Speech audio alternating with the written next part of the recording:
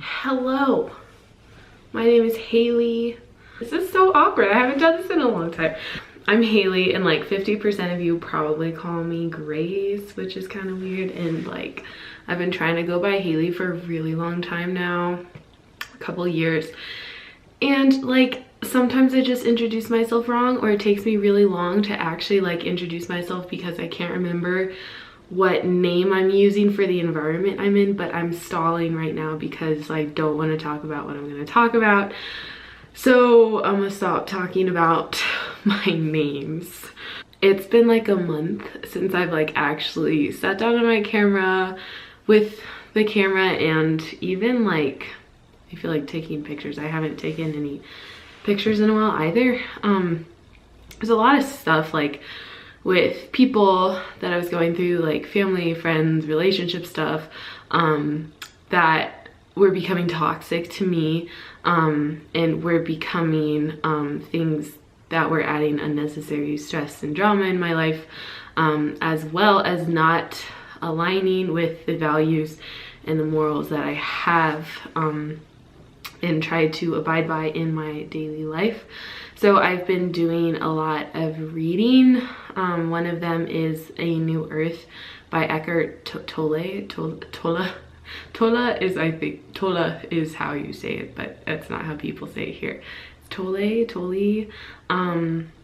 Yeah, A New Earth. And then The Four Agreements by Don Miguel Ruiz, which I also think I'm not pronouncing correctly. But those two books have really been helping me change my outlook on my life. I'm going through a lot of changes right now in like career and personal life and family life and all of that stuff. And so these books are really helping me to understand that I am doing the right things for me.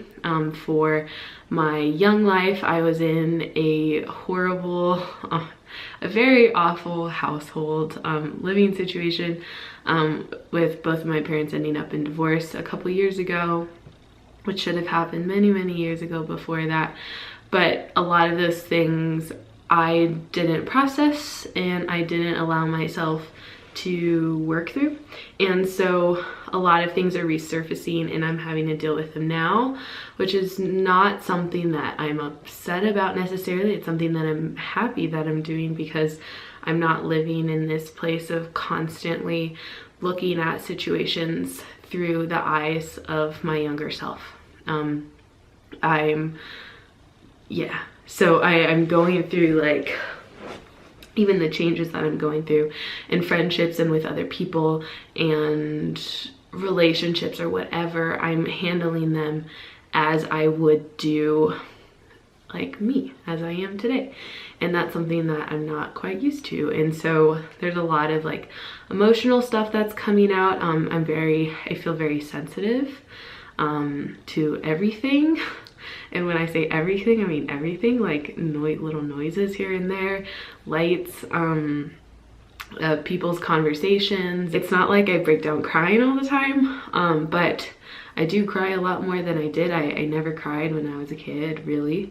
And yeah, I was just had to put on this persona to protect myself of being this strong person, and that only can last so long. So that's kind of crumbling right now. And so I'm dealing with all that stuff.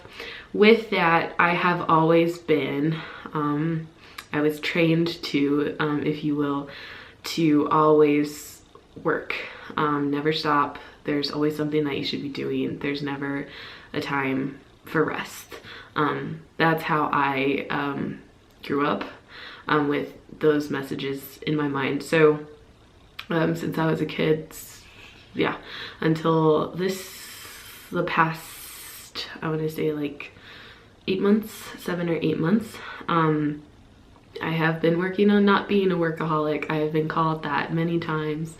I don't think I could actually be classified as one. I think that it's a serious thing, and so that word shouldn't be thrown around. But I have been called that by people in my social groups, and I worked 16, 17-hour days, nonstop, and it was killing me, and I was getting really frustrated, and I was tired all the time. I was exhausted all the time, not tired, but exhausted all the time.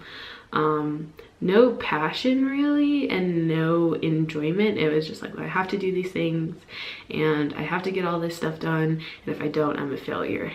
So everything on my checklist, everything on my schedule was completed because I had to, even when it came down to like squeezing in a 45-minute workout between lunch and like a lesson. I would do that just to get everything done on my checklist, and everything became a chore. And so this year, like I would say end of January or maybe beginning of February, I realized that like I can't do this anymore. I was exhausted and I didn't want to practice. I didn't want to play music. And that's a dangerous place for me to be in. And I always know that there's something like really wrong if I don't want to make music. And so that's where I was at. So I've been actually, this past week, I took off practicing for maybe a week, and that was a couple weeks ago. And that actually felt really good. I felt reset, but there was still something like missing, and I still don't know what that is. There's no answer right now. I really don't know what it was. But I took off this week from going to the gym, which I would say I really love to do. I love to work out. I love to play tennis.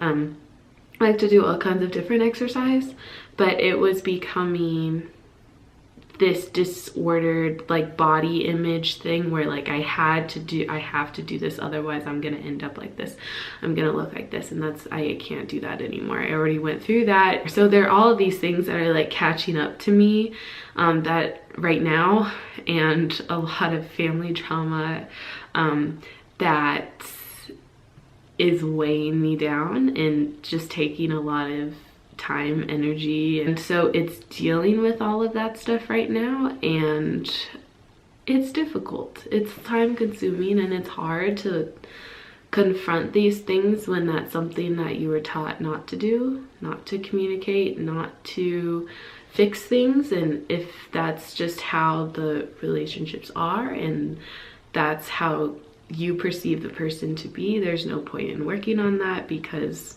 they're wrong, you're right. And that's the mentality that was drilled into my brain, and that is not the mentality that I have today. So it's working through all of these relationships that are now not working so well, because I'm not allowing myself to be used in that way anymore. So yeah, that's what's been going on. And I'm still doing like all my stuff except exercising this week, and practicing has been a little bit less just because I have a lot of projects, which now I'm okay with. So it's only maybe an hour or two a day, which is not ideal for me, but that's what I have time for. And so I'm just learning to live with that, because there are seasons when you have more time to practice and there are seasons when you don't. And I completely understand when other people tell me this, but when it comes down to me and my personal practice, I don't know why I don't get that. So what my point is I'm learning how to take it easy and take a break and understand that there are things happening in my life that are huge, and they're not things that I really want to share with everybody right now, maybe one day, but there's a lot going on. And so I just needed to distance myself, and unfortunately lose people, and fortunately gain a lot of people too, in my life that are positive and realistic, yet positive, and not trying to take away my purpose. And that is something that is very important to me. If people are going to be in your life, they need to be able to run side by side with you. And I'm not just talking about like relationships or intimate relationships with someone. I'm talking about friendships or even relationships with people in family. It should be no different, just because they have the label of family. If they're still toxic to you, they're still toxic to you, and something needs to be done about those kind of situations. And there can be different things. I completely get that, but something still needs to be done if it's like destroying you inside, which it was me. So yeah, so I am just like completing all these projects for like all these big life changes that I'm going through, which I can't wait to share. I'm like so excited to share all this stuff when I can. So yeah, it's working on all that stuff while dealing with all this stuff. But I mean, that's life, and I'm glad I'm dealing with this now and not when I'm like 45 and set in my ways and it's built up to a place that's like more toxic and more dangerous. So I'm glad I'm 22 and like dealing with this stuff now, so I have the rest of my life, however many years that is, to figure to live in peace. And that's all I want, is to live in peace and to have, or to put peace in the lives of others around me. And for years I haven't done that. I don't feel like I have, and I feel like I've participated in a lot of things that I'm not so happy about participating in. So yeah, so that's what I'm going through, and I will link like the books that I'm reading. But yeah, so I'm just taking a break. I'd like to I'm not taking a break. I don't like to say that. I'm not taking a break. I'm taking things slow, and I am allowing myself in any moment to just move to what I need to do. So I do have a schedule and I do have a to-do list, but it's multiple. It's not so much like Monday I have like these 13 things, and like Tuesday I have 8 things, and then like Wednesday I have like 12. If it doesn't happen, it doesn't happen on those days, and like I'll make up for it later. And I've realized, like, having done this, like, I always get all my work done, and I don't have to be stressed about it. It always gets done. And I've only realized that it's with the things that are part of what I know are my purpose, and things that just align with I think the plan of the universe, and the things that don't are always more stressful. And I'm realizing, like, oh, if I just do the things and like open the doors and follow the freaking arrows that the universe is like putting out for me, things work out. And I'm just learning to like continuously go with that.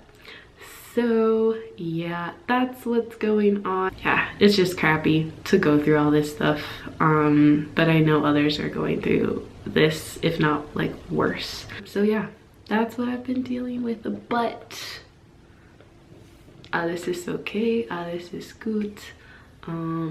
Yeah,